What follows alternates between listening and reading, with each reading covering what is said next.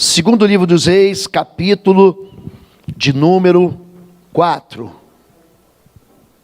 Vai projetar? Não vai projetar. Tá bem. Segundo livro dos Reis de Israel, capítulo 4, a partir do verso 1. Você pode acompanhar pela sua Bíblia, você pode acompanhar pela sua Bíblia eletrônica no seu celular, enfim. Vamos lá. Acharam? Segundo livro dos Reis, capítulo de número 4, está lá no Novo Testamento ou no Antigo Testamento. Diz assim então: certo dia, a mulher de um dos discípulos dos profetas foi falar a Eliseu: teu servo, meu marido, morreu, e tu sabes que ele temia o Senhor. Mas agora veio um credor, que está querendo levar meus 2 filhos como escravos. Eliseu perguntou: como posso ajudá-la? Diga-me o que você tem em casa. Ela respondeu: tua serva não tem nada além de uma vasilha de azeite. Então disse Eliseu: vá pedir emprestado as vasilhas a todos os vizinhos, mas peça muitas. Depois entre em casa com seus filhos e feche a porta. Derrame daquele azeite em cada vasilha e vá separando as que você for enchendo. Depois disso ela foi embora, fechou-se em casa com seus filhos e começou a encher as vasilhas que lhes traziam. Quando todas as vasilhas estavam cheias, ela disse a um dos seus filhos: traga-me mais uma. Mas ele respondeu: já acabaram.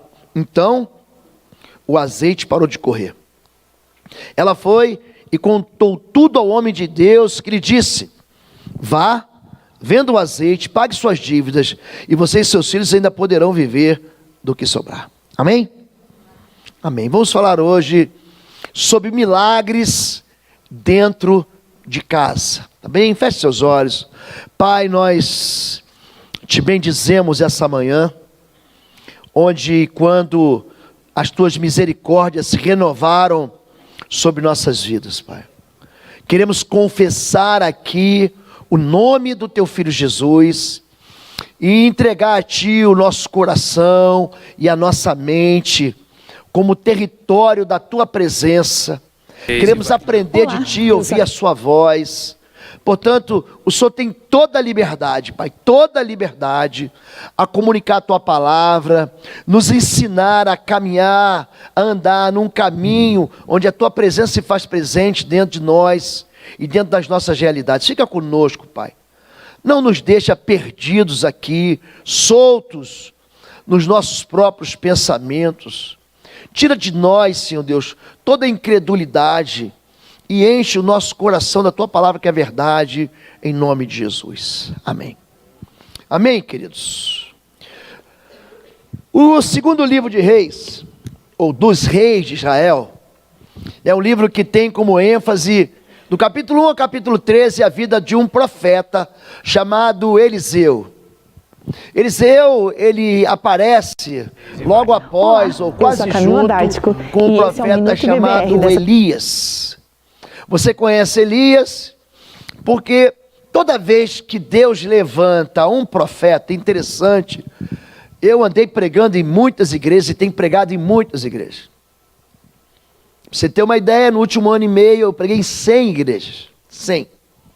Igrejas tradicionais, igrejas pentecostais, igrejas históricas, Assembleia de Deus Missão, Assembleia de Deus Bom Sucesso, Madureira, Assembleia de Deus Renovadas, Metodista Central, Metodista Wesleyana, Presbiteriana Independente, Presbiteriana do Brasil, Batista Renovada, um monte de igrejas. E eu acho interessante a ênfase que algumas igrejas dão na palavra profética. Eu acho interessante como alguns homens e mulheres, eles têm essa tendência de buscar uma solução num profeta. Fulano é profeta, pastor. A fulana é profetisa da igreja. Isso é comum acontecer, e é comum eu ver e entender que existe uma realidade dessa na igreja nacional. Mas eu queria dizer uma coisa para vocês. A Bíblia é a verdade. Efésios capítulo 4, verso 11, fala sobre Dons ministeriais. Deus chamou alguns para apóstolos, outros de fato para profetas, ainda evangelistas, pastores e mestres. Esse é o cardápio bíblico ministerial que acontece, que ocorre dentro da igreja local e dentro da igreja universal, no sentido de igreja mundial. Quando Deus levanta um profeta, presta atenção nisso. Tem gente que gosta muito de correr atrás de profeta. Eu estou falando para você também que está nos assistindo pela internet. Fizeram tanta brincadeira comigo essa semana, porque eu digo assim: você está na Igreja Batista de Bom Retiro, e é perto da sua casa. E tem gente escrevendo: pastor, você está em Curitiba, eu estou aqui longe. Mas é perto de quem está perto. É a Avenida Desembargador Gucima, no 772. E o povo que nem conhecia aqui, falou, nem sabia o endereço da igreja, agora eu sei. Mas quando Deus levanta um profeta, gente, presta atenção nisso. É porque Deus se irritou muito com o seu povo. Um profeta, ele aparece por quê? Porque os ouvidos do seu povo, da sua nação, da sua igreja, ficam tapados. Deus fala uma vez, duas vezes, três vezes, e o povo não entende. Em Mateus capítulo 23, Jesus ele chora, ele chega num lugar chamado Monte Scopus, que fica um pouquinho à frente do Monte das Oliveiras. E ele fala: Jerusalém, Jerusalém, que mata os profetas e apedreja os que te são enviados. O profeta é alguém, gente, que não vai dizer para você: eis que te digo, te dou um carro novo, uma casa na colina, um apartamento na praia, eu te dou aí um moço louro do olho azul, cheio de dinheiro e crente. Isso não é, o profeta não tem esse ministério. O ministério profético é o ministério chamado ao arrependimento. Arrependei-vos. Quando a Bíblia fala de João Batista, diz que João Batista, à medida com que as pessoas se aproximavam para ser batizados no Jordão, ele dizia: raça de víboras, quem vos induziu a fugir da ira vindoura? Produzam primeiro frutos de arrependimento. A unção profética, ela é derramada no sentido de capacitar o homem, encorajar o homem a dizer: olha, vocês estão errados, vocês estão caminhando para um destino de morte, voltem, arrependam-se. Eliseu, ele é discípulo de Elias, e Elias é um homem que é celebrado entre nós cristãos como aquele que foi visto junto com Jesus e com Moisés no Monte da Transfiguração, Monte Tabor. É ali naquele momento que aparece Elias e Moisés como o significado da visão profética. Elias, o maior dos profetas, e Moisés, o homem que trouxe a palavra de Deus, a lei, a Torá. Mas o interessante é que quando Elias ele está para ser levado pelo Senhor, Deus diz: vai lá, unge o próximo rei de Israel, o rei da Síria. E Eliseu está caminhando com ele, e ele vai atrás até que na beira do Jordão, ele pergunta o seguinte: o que você quer? Eliseu diz: eu quero a porção dobrada do Espírito que está em ti. Você sabe o que a porção dobrada significa? A porção dobrada era um direito do filho mais velho. Quem recebe a porção dobrada é o filho primogênito. O primogênito recebe em dobro aquilo que os outros irmãos vão receber.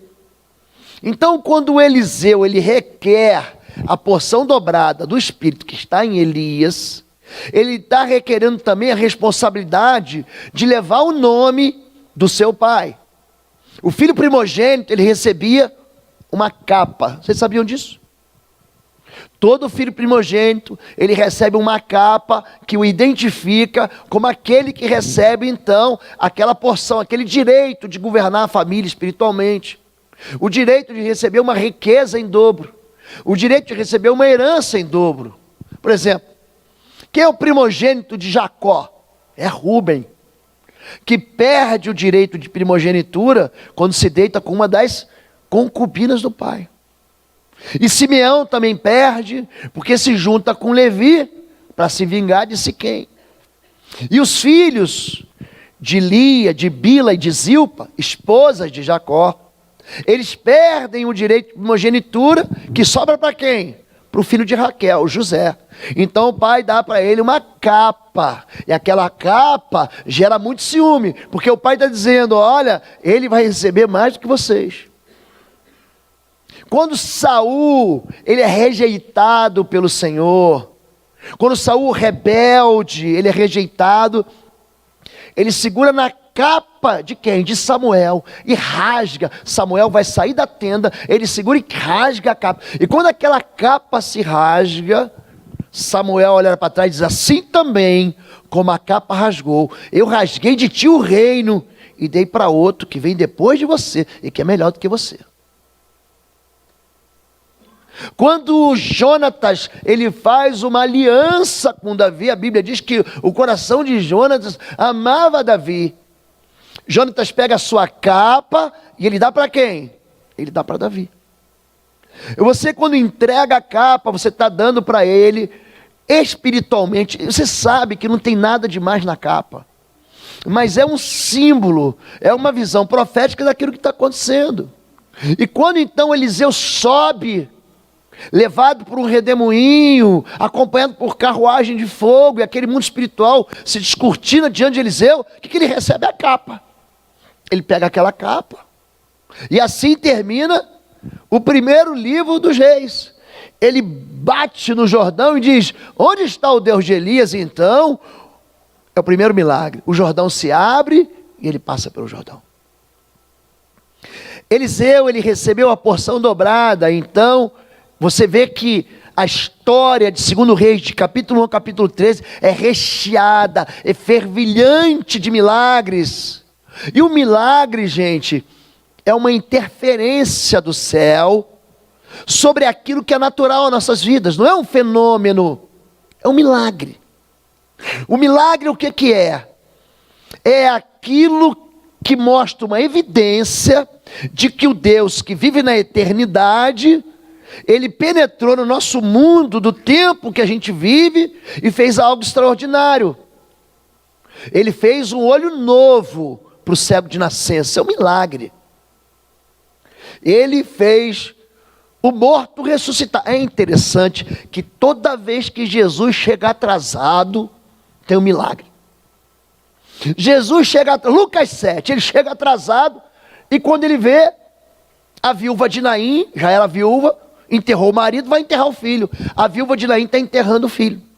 Aí em Lucas 7, Jesus chega atrasado, toca no esquife, ressuscita o filho da viúva. Quando Jesus está indo curar a filha de Jairo, de repente no meio do caminho uma mulher cisma de tocar na veste dele. Aquela mulher que há 12 anos sofria de um fluxo. Então, mesmo naquela considerada impureza, ela toca em Jesus e diz, se eu tocar eu vou ser curado. E aí Jesus é puxado por Jairo de um lado e puxado do outro lado por quem? Por essa moça. E ele para e pergunta quem me tocou, e fica aquela confusão, e Jairo quer ir embora, vamos Jesus. E de repente alguém chega e fala assim, ó, não incomode mais o mestre, ponto final para a sua vida, sua filha morreu. Aí Jesus ouve aquilo e fala assim, não ouve eles, ouça a mim. Repara como é que Jesus fala isso. Ouviste que foi dito aos antigos, eu porém vos digo. Presta atenção em mim. Sabe aquela semente de mostarda que você tinha, quando você foi me chamar para curar tua filha? Guarda ela aí.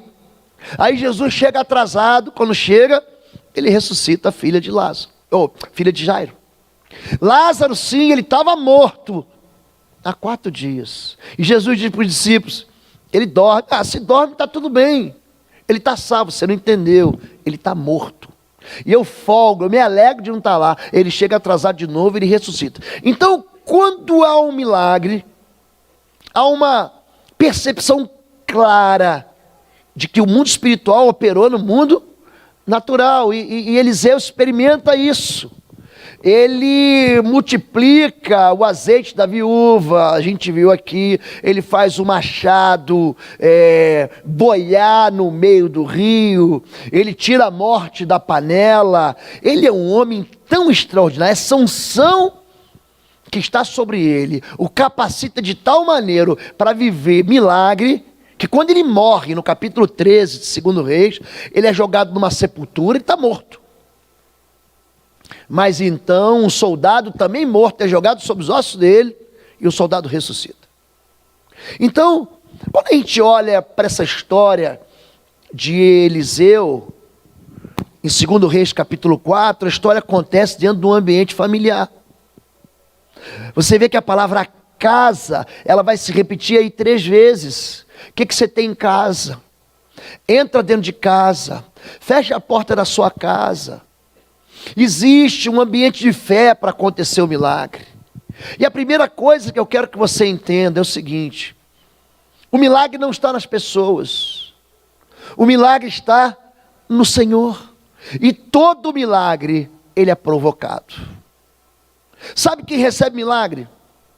Quem precisa de milagre. As pessoas que experimentam o mover sobrenatural de Deus são pessoas que entendem que Deus vai operar em favor dele. Em Hebreus capítulo 11, verso 6, é muito interessante quando a Bíblia fala de fé. Diz que sem fé é impossível agradar a Deus, porque é necessário que aquele que se aproxima de Deus creia que ele existe, e é galardoador daqueles que o buscam. Um galardão, gente, é um prêmio militar. É uma medalha que só recebe herói de guerra.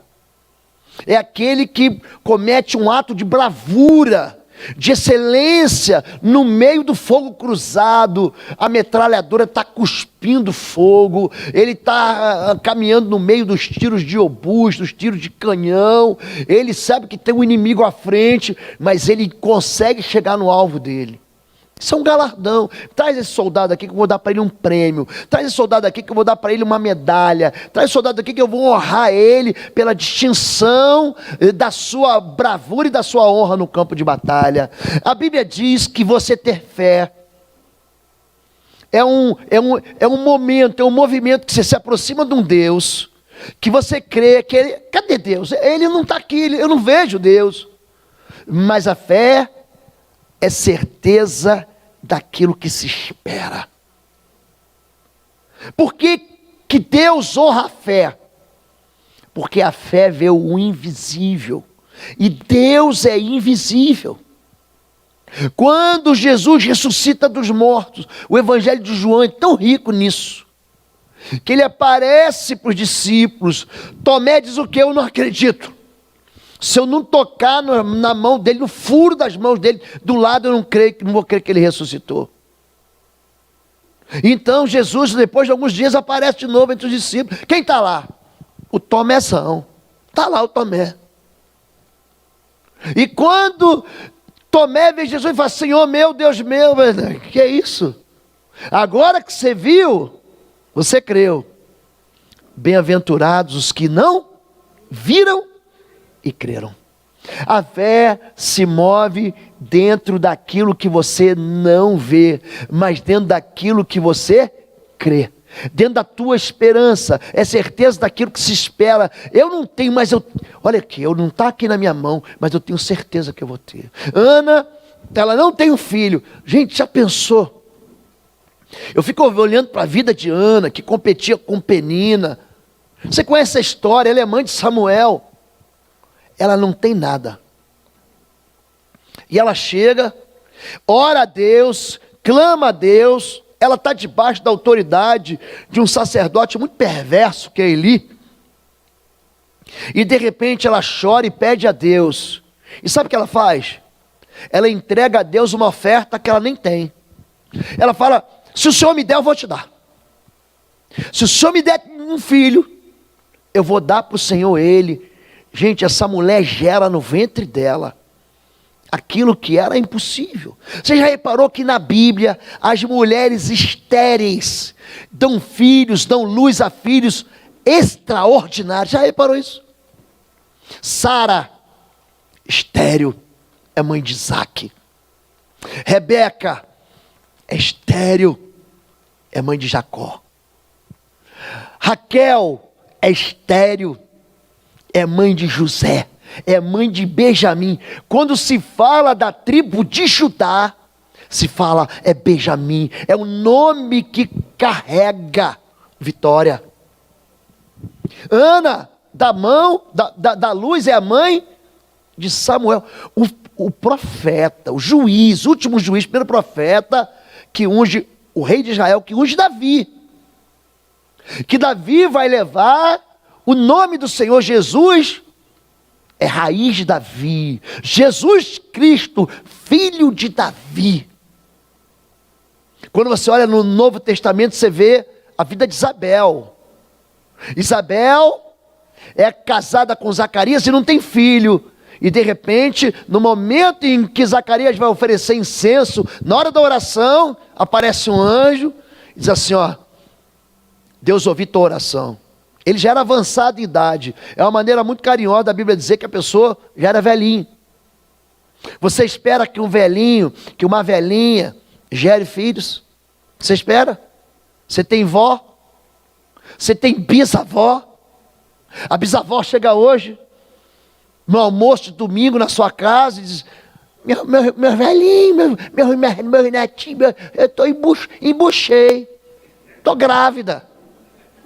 Que Deus fez uma mulher de 90 anos engravidar. Por quê? Porque Abraão creu contra a esperança. O que acontece? O que você espera de uma senhora de 90 anos? Você espera que ela engravide? É a última coisa que você vai esperar. Você espera que ela faça uma cocada para você, um bolo de chocolate. Não é isso, gente? Espera que conte uma historinha. Mas que engravide? Você imagina, cá entre nós, né? A sua bisavó se relacionando com o seu bisavô? Isso passa pela sua cabeça? Não, vovó é santa.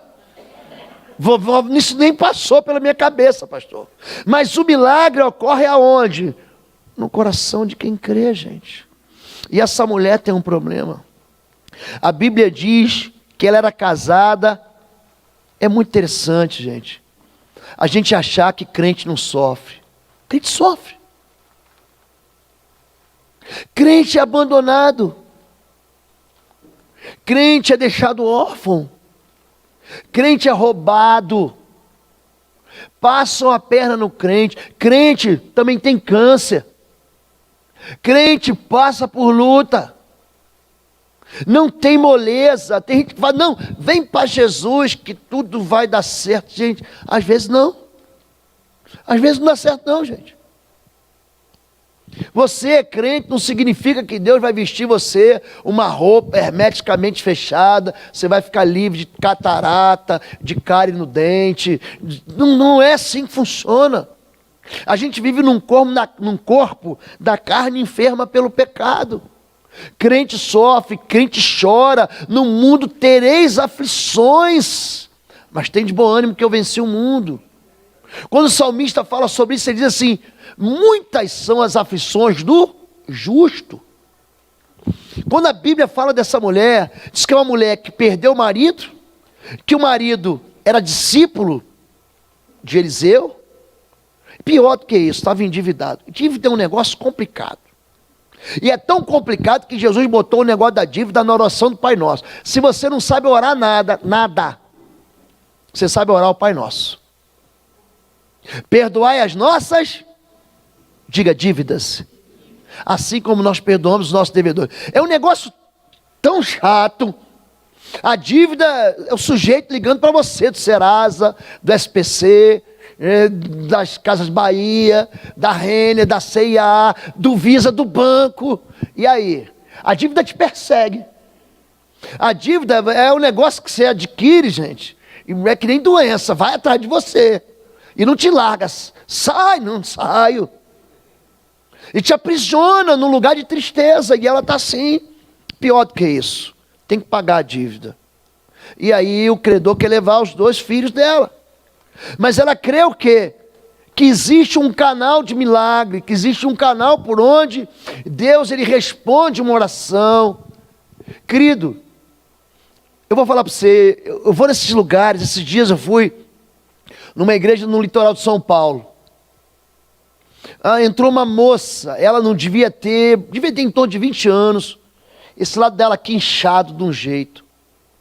Repara na Bíblia, repara isso na Bíblia, como é que o espírito de enfermidade é o mais perverso, é o mais, de todos os espíritos que operam na vida do homem, é aquele que é mais resistente.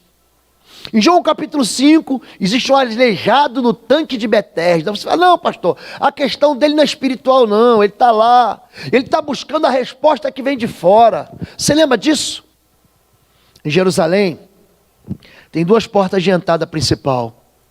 Uma porta que você entra por um lugar chamado Jardim do Getsemane, chama Porta de Damasco. Fica ali a uns 400 metros, 500 metros, menos 400 metros.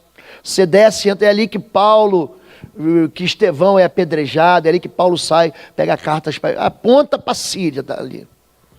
E tem uma outra porta chamada Porta de Sião, ou Porta das Ovelhas, ou Porta dos Leões, é a mesma coisa. Quando você entra por lá, aqui está o túmulo de Davi, você chega num lugar chamado Tanque de Betesda. É um tanque onde as ovelhas eram lavadas. O povo vinha para o seu sacrifício e levava as ovelhas e lavava ali naquele tanque. E tinha um aleijado lá, 38 anos. Ele estava há mais tempo do que Jesus tinha de vida. E ele ali, Jesus chega para ele, o que você quer que eu te faça? Não, eu estou esperando um anjo tocar na água aqui. Mas ninguém me empurra, ninguém me ajuda, ninguém me quer, ninguém me ama. Ele, você quer ser curado? Pega a tua maca, levanta e anda. E aquele homem anda. Pô, ele estava aleijado, paralisado, mas ele anda. Ah, pastor, era uma questão física, era uma questão espiritual. Jesus, ele sai para Betânia, e Betânia, gente, é do lado do Vale de Inom, é aqui do lado. Betânia, do tanque de Betesda, é como se você atravessasse a rua e fosse num desse comércio, aqui fora. E ele volta, alguns versículos depois, veja que está curado. Vai e não peques mais. Não peques. O pecado, gente, atrai derrota. O pecado atrai morte. As pessoas brincam com isso. Eu falei aqui, citei uma mulher com fluxo de sangue há 12 anos. É gente que está experimentando doença há anos. Essa moça com o lado inchado, chegou no final do culto. Pastor, ora por mim. Gente, eu não sou ninguém. Mas existe poder no nome de Jesus, que é o nome sobre todo nome. Eu só coloquei a mão nela aqui. Gente, houve uma reação tão diferente, mas tão diferente. E aquele negócio inchou. O que você... Pastor, até a cirurgia a gente fez. O médico abriu e não encontrou nada. Existe resposta no clamor. Pastor, faz uma oração forte por mim. Que entenda. Oração fraca é a oração que você não faz. Essa é a oração fraca. Porque qualquer oração que você faz, quando a Bíblia fala que os ouvidos do Senhor estão abertos, clama a mim, responder-te-ei coisas grandes que você não sabe. Eu gosto muito de Isaías 64:4, porque diz o seguinte: desde a antiguidade nunca se ouviu, nenhum ouvido ouviu, nenhum olho ouviu, a respeito de um Deus que opera em favor daqueles que o buscam. Existe um Deus que quer caminhar contigo, que quer ouvir a sua voz, que quer pedir. Pede e te darei. Tudo que pedires em meu nome será dado. Buscai e encontrareis. Batei e abri-se-vos-á. Quando a Bíblia fala de gente que ora, de gente que busca, de gente que pede interferências, gente, é gente que está buscando esse Deus que fez os céus e a terra, a ação dele em seu favor. O que é mais fácil para Deus, gente? Fazer um planeta? Ou fazer aquela virgem de Nazaré engravidar? O que é mais fácil? Deus manda um anjo e diz: descerá sobre ti o Espírito Santo e o poder do Altíssimo te encobrirá como uma sombra. Você vai dar luz ao menino chamado Emanuel. Será Deus conosco. É um Deus que está presente, é um Deus que quer estar perto, é um Deus que quer viver comigo, mas eu não... E aí as coisas, as impossibilidades, as tristezas vão chegando, e a gente ignora isso. Essa mulher não. Ela sabe que existe um Deus, ela sabe que existe um Deus de Eliseu, ela sabe que existe um Deus em Israel, ela vai buscar a resposta. É gente que não desiste, é gente que fala assim, eu só desisto depois de morto. E ela então busca ele, e ele fala, o que eu posso fazer por você? Às vezes a gente não sabe o que pode fazer, o que deve fazer, mas faz o seguinte, pega emprestado vasilhas. O que você tem em casa? Eu não tenho nada. É isso que a Bíblia diz. Eu não tenho nada, senão um pouco de azeite na botija. É interessante como é que a incredulidade, ela opera, e ela faz com que a mente funcione como um circuito fechado. Não vai dar, não vou conseguir, não tem dinheiro, não vou casar, vou viver solitário, nunca vou ser feliz, nunca vou ser curado, nunca vou conseguir alcançar, nunca vou conseguir construir. Gente, vou falar uma coisa para vocês. Isso não existe no meu coração. Pensa num homem que o coração é cheio de possibilidades. Porque quanto mais eu mergulho na Bíblia, mais eu me apaixono por esse Deus. Gente, quando tudo dá errado, que uma voz se levanta clamando ao Senhor, Deus responde. Deus para o sol. Pare o sol em Gibeão, e tua lua detenha-se no vale de Ajalon. E para. Deus faz com que as pedras, em Josué 10, Deus é mirolha. Sabe o que é mirolha? É aquele menino, sabe aquele menino que bate o pênalti e nunca perde?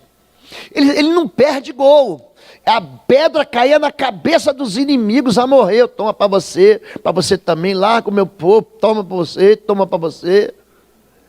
Pensa num Deus que se importa com detalhes. Porque nenhuma pedra caiu na cabeça do povo de Israel, só no povo dos inimigos de Israel. Por quê? Porque alguém ousou convidar Deus para a sua história. Mas tem gente que fala assim, não vai dar. Jesus, ele está ali com aquela multidão esfomeada no Monte das Bem-aventuranças, e ele fala o quê? Dai vós de comer. Aí Filipe, não vai dar. 200 denários não vai dar. A gente já está dizendo para Deus o que Deus não pode fazer. Pedro, o que você pescou? Nada, vai lá pescar. Deus, não se mete nisso não. Só entende de fazer milagre, de fazer o céu e a terra. De pescar eu entendo eu pesquei a noite inteira, Senhor. Eu sou pescador. Pedro, pega o barco e lança do lado direito. E aí Pedro, tá bom, Senhor. Nessa palavra, em cima dessa palavra eu vou lançar a rede. E ele pesca 153 grandes peixes. Por que o milagre acontece? Porque você deixa a desobediência da incredulidade de lado, joga no lado de lixo e segue aqui a visão desse Deus que está dizendo, caminha comigo. Tudo é possível que crê, querido.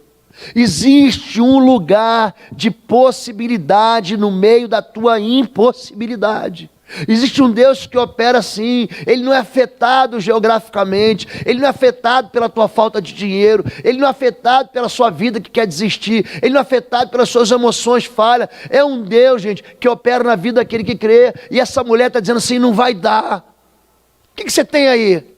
Eu tenho 5 pães e 2 peixes. Mas o que é isso para essa multidão? Querido, toda vez que a palavra bênção aparece na Bíblia, repara isso quando você estiver lendo, vai seguir a palavra multiplicação. Sempre. E Deus abençoou e os peixes multiplicaram. E Deus abençoou e as aves multiplicaram. E abençoou o homem, multiplicai-vos, sede fecundos. E abençoou o pão e o pão se multiplicou. Atrás da bênção, sempre você vai encontrar a palavra multiplicação. E essa mulher falou assim, o que eu tenho é isso aqui, a gente acha que é pouco. Que Deus se move naquilo que é pouco. Ele não se impressiona com gente de grande fé, ele se impressiona com gente que tem o quê? grão de mostarda na mão. É o pouco mesmo que você tem. Mas pastor, é tão pouco. Mas é o que você precisa, esse pouco aí. Porque se você querer só um pouquinho que eu posso fazer, eu vou fazer. E então, essa mulher faz o quê? Ela pega, e a fé, gente, é um negócio interessante, um milagre. Esse é o segundo ponto que eu quero que você entenda. O milagre vai até onde você quer que ele vá, sabia disso? Você é o único impedimento para que Deus opere. É interessante que eu termino de pregar uma palavra sobre milagre, chega alguém e fala assim, pastor, eu não consigo crer. Você não conhece meu marido, não conhece a minha esposa, não conhece a minha situação, não conhece a minha enfermidade. Eu não conheço mesmo, eu conheço Deus, que opera no meio da família, do marido. Gente, assim como o rio muda de direção, assim o coração do homem, na mão do rei, na mão do Senhor, ele inclina para onde quiser. Ele inclina o coração. Ele faz com que o rei da Síria, gente, rei da Síria nada, o rei Ciro, opere em favor do seu povo. Um ímpio lá que nem conhecia a gente, que nem conhecia o povo de Israel. Então Deus é um Deus que Ele penetra na nossa história. Ele não invade a tua casa, mas se você convidar Ele, Deus socorro, Ele vem responder você. E essa mulher, gente, ela recebe uma palavra, olha, não pegue poucas vasilhas, pegue muito. Ela já está endividada. Ele fala, você vai arrumar mais uma dívida agora. Pegue emprestado vasilhas, não poucas. E ela pega então dos vizinhos. É bom ter vizinho, né, gente? Tem hora que o vizinho perturba a gente, mas tem hora que o vizinho é o socorro presente quando você está passando uma agonia, aquele que te pega, que te leva para o hospital, que te ajuda, que toma conta do seu filho porque você atrasou, enfim. De repente, ela pega aquelas vasilhas e sabe o que ela faz? O texto diz assim, ela fechou a porta consigo e seus filhos. Então presta atenção. Milagre só acontece em ambiente de fé. Você tem que parar de ouvir os outros. Você tem que parar de ouvir as impossibilidades dos outros. Você começa a ouvir notícia de jornal nacional ou de qualquer outro jornal. É tanta miséria, tanta desgraça que você fala, não tem esperança. Esse Brasil não vai para frente, é mais um escândalo, é mais um político preso, é mais alguma coisa que podre que aconteceu, que apareceu, a economia não vai bem, o dólar sobe, a bolsa cai, e tem mais gente desempregado, e no final do governo era 11 milhões, já tem 13 milhões de desempregados, e eu não tenho jeito para mim. Por quê? Porque essas notícias, elas vão minando o teu coração. O povo de Israel, lá, o exército de Israel, no capítulo 17 de 1 Samuel, está de frente ali no vale de Elá, de frente para o povo filisteu. Eles tinham tudo para vencer, por quê? Porque existe uma palavra de Deus, os teus inimigos virão por um caminho e por 7 fugirão. Eu mandarei meu anjo à frente de vós, ninguém vai poder tocar em vocês, mas eles estão com medo. Porque o medo, gente, é o contrário da fé. Não é a incredulidade que é o contrário da fé, é o medo. Você tem medo, você não obedece. Você tem medo, você não consegue crer que aquilo que Deus disse é verdade. Por quê? Porque o medo trava a tua mente. O medo faz você olhar para quê? Para a circunstância. Enquanto você olha para baixo, você não consegue olhar para o Senhor. E aí havia um gigante, lá um endemoniado filisteu, lá o Golias, lá o louco, de quase 3 metros de altura, ele fixando a afronta todo dia, ele chegava lá, e aí? Quem é macho? Vamos comigo. E essas vozes foram o quê? Anulando a fé do exército de Israel. Até que Davi tinha vindo lá, ele já trabalhava na corte de Saul, e aí ele tinha vindo para trazer alguns suprimentos para os irmãos, que diz que Davi era mineiro, que ele vinha trazendo os queijos. E aí ele ouve aquela afronta, ele fala, quem é esse incircunciso filisteu?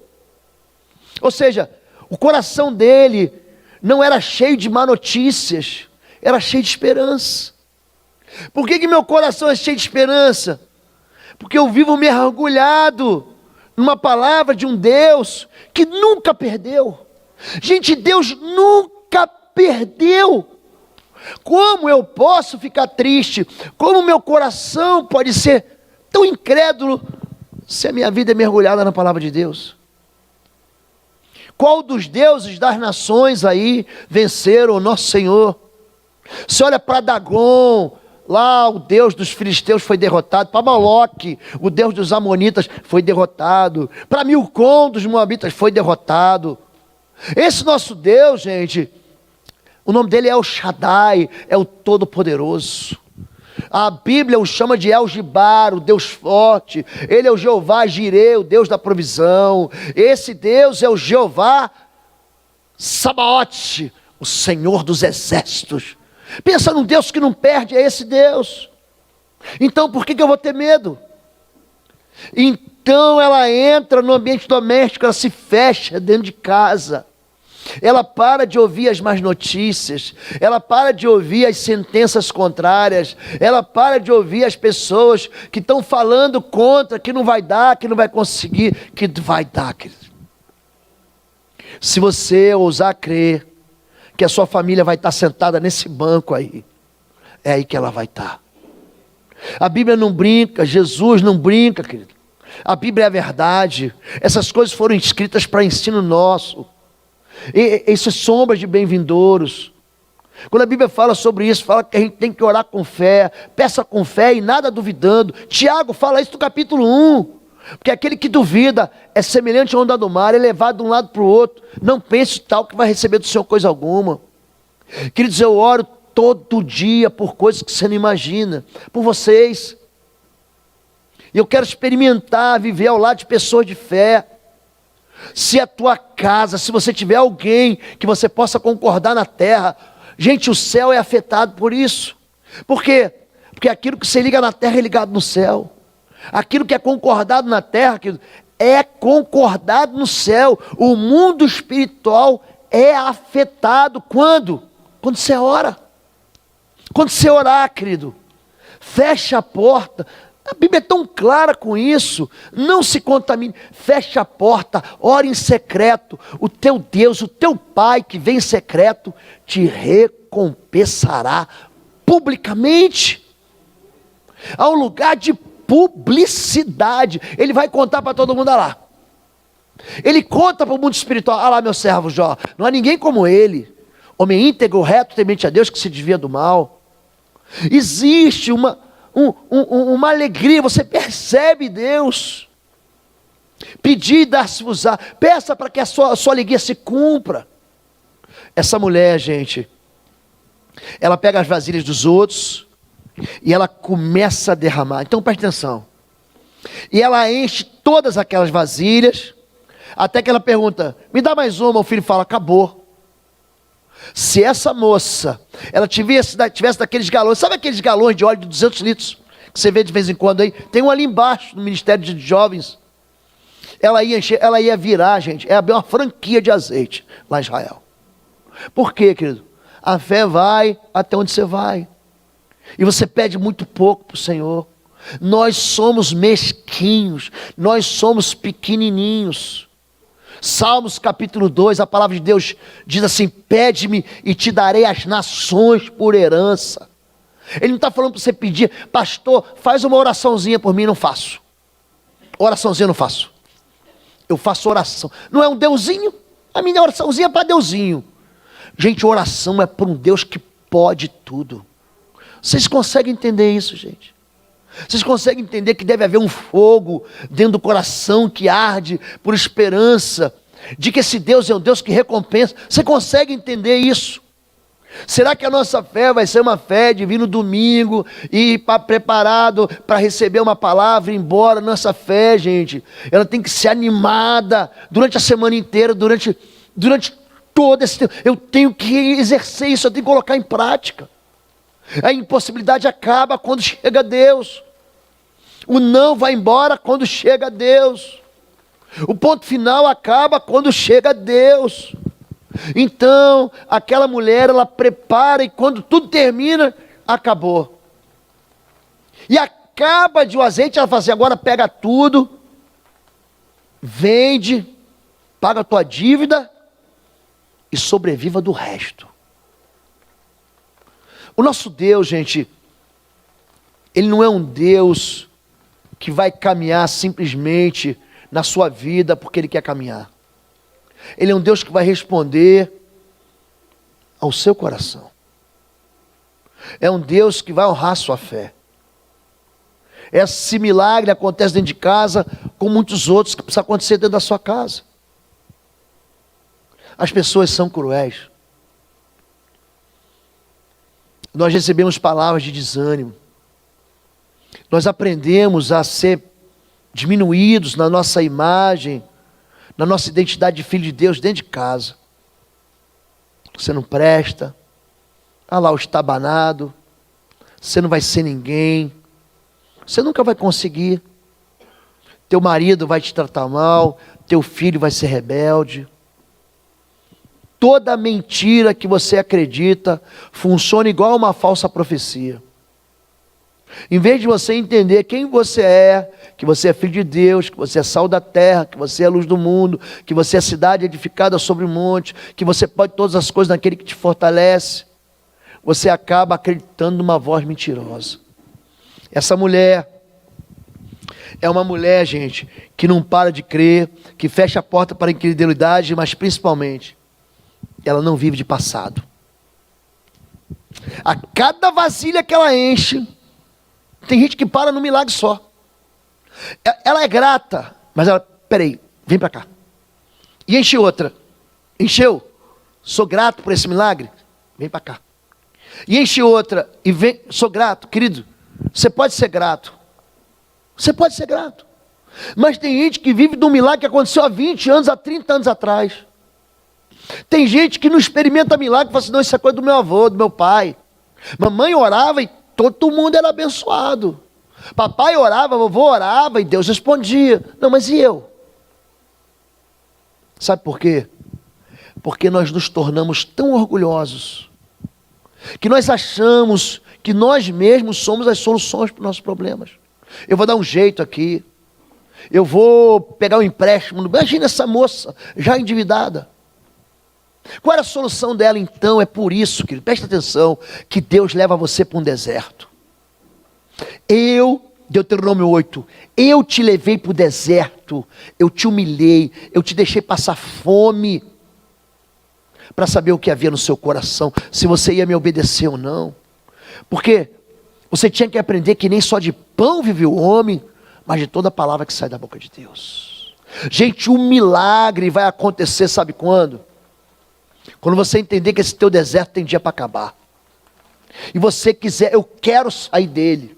Eu não aguento mais ficar girando aqui, de Padã Arã até Gibeão. Eu quero entrar na promessa. Querido, eu e você somos homens aqui, mulheres, limitados pelas nossas realidades pessoais. Não se alegre, ou melhor, não fique satisfeito com um milagre só.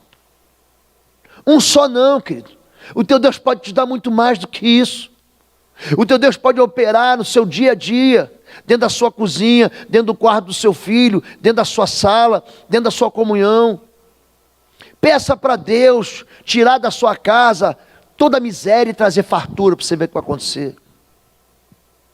Pensa, isso não é arrogância, isso não é prepotência, isso é humildade. Deus, eu não posso, me ajuda. Não, mas o coração do homem é orgulhoso, não vou nem orar. Não vou nem orar, porque Deus não vai me ouvir. Eu não vou nem orar porque eu não mereço.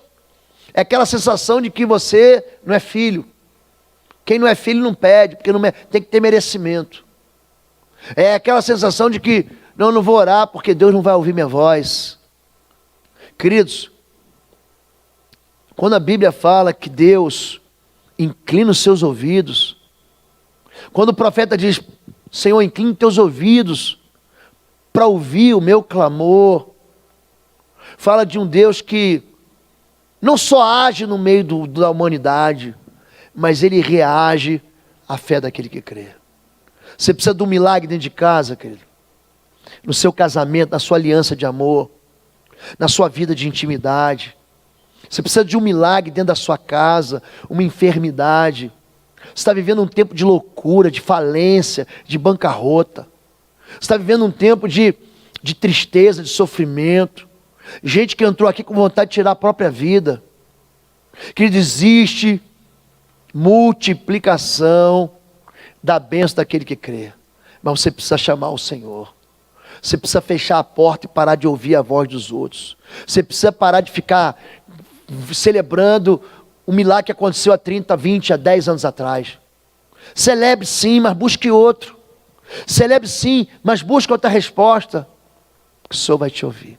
Amém, queridos? Acabou minha hora. Mas eu quero orar por você. Vamos ficar em pé em nome de Jesus? Vamos?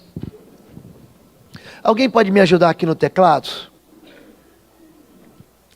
E eu quero desafiar você essa manhã. Feche seus olhos em nome de Jesus. A história da viúva é uma história como a sua história. É uma história como qualquer outra história. De uma mulher que não tem um marido para sustentar. Talvez seja o contrário. Você está sozinho com seus filhos. Sua esposa foi embora. Ou ela faleceu ou foi embora. Talvez a tua história seja do filho. Um filho sem pai, um filho órfão. Talvez a tua história seja uma história assim de falência. Você quer convidar o Senhor hoje? Quer convidar? Eu preciso do Senhor.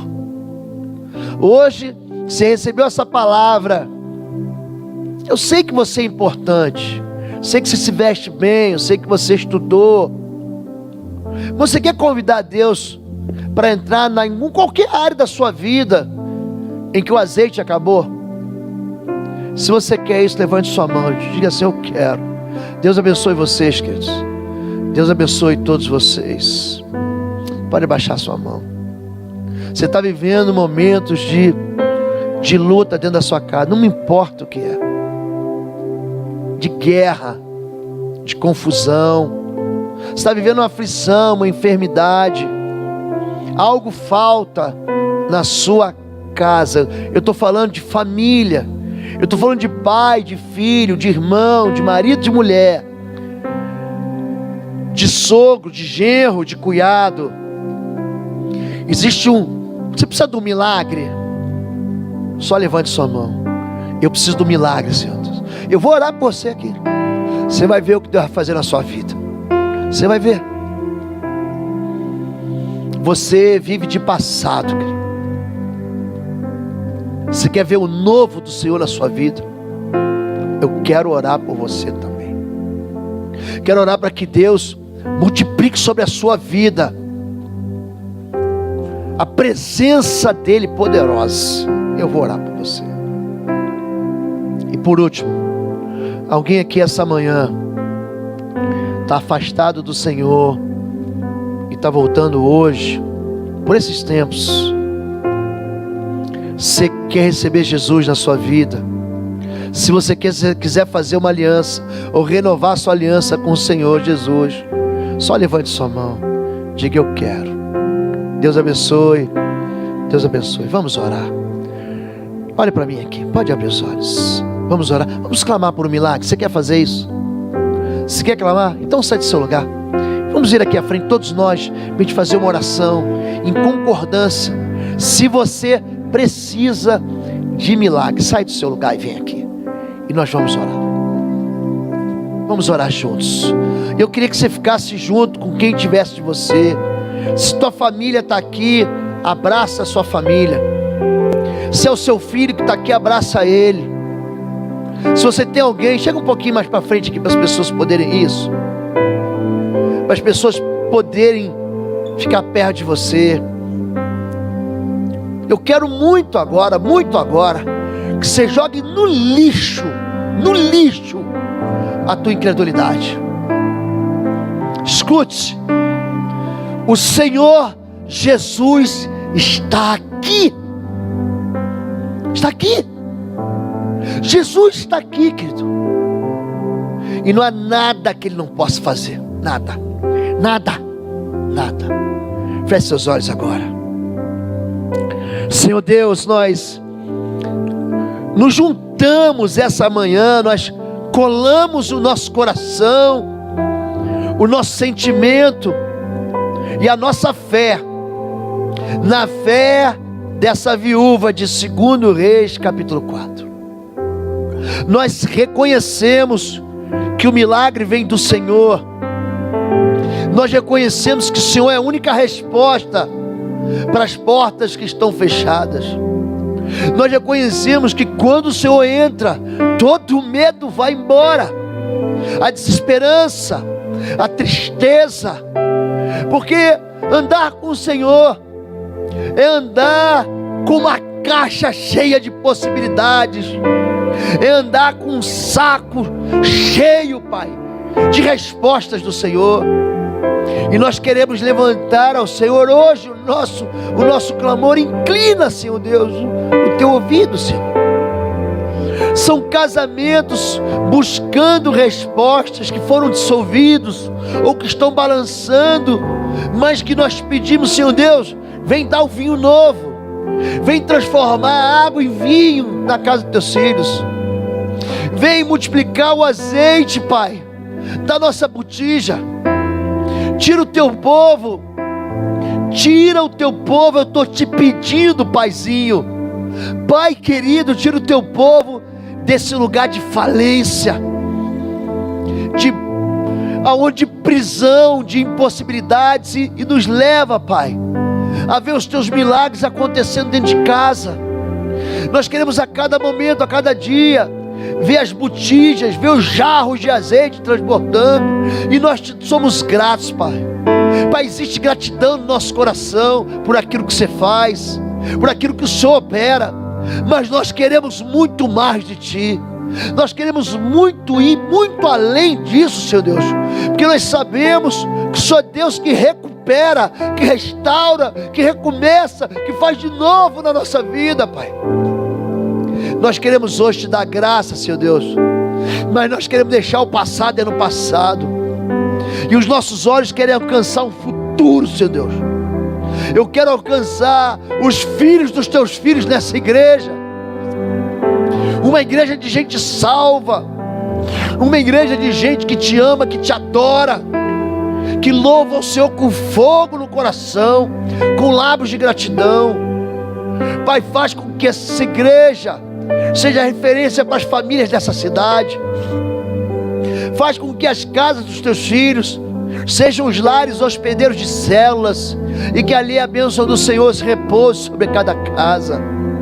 Faz, Senhor Deus, com que o óleo do teu Espírito seja derramado, que traga arrependimento, que traga perdão e restauração. Pai, os teus filhos têm pedidos que são tão particulares e são tão singulares. Não deixe o teu povo sair daqui com medo, mas enche o coração deles de esperança, de fé, para que eles digam que há Deus em Israel, que há Deus na minha casa. Em nome de Jesus, despede-nos aqui em paz, Senhor. Despede-nos aqui, Pai, em paz essa manhã, e que o nosso coração permaneça cheio do Senhor, em nome de Jesus. Amém. Amém, queridos.